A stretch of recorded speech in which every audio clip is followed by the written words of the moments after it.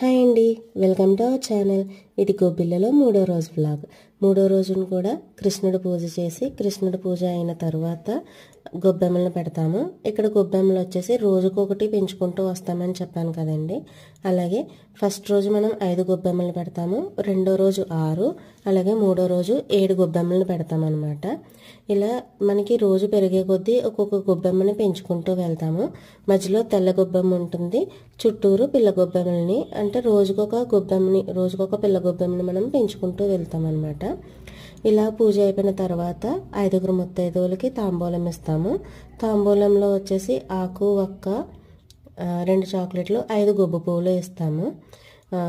అలాగే ఈ గొబ్బిలకి సంబంధించి లాంగ్ వీడియో నేను ఆల్రెడీ ఒకసారి పోస్ట్ చేశానండి ఛానల్లో. ఆ లింక్ మీకు ఇక్కడ ట్యాగ్ చేస్తాను, చూసేయండి. ఈ వీడియో కనుక మీకు నచ్చినట్లయితే like, share and subscribe. Bye.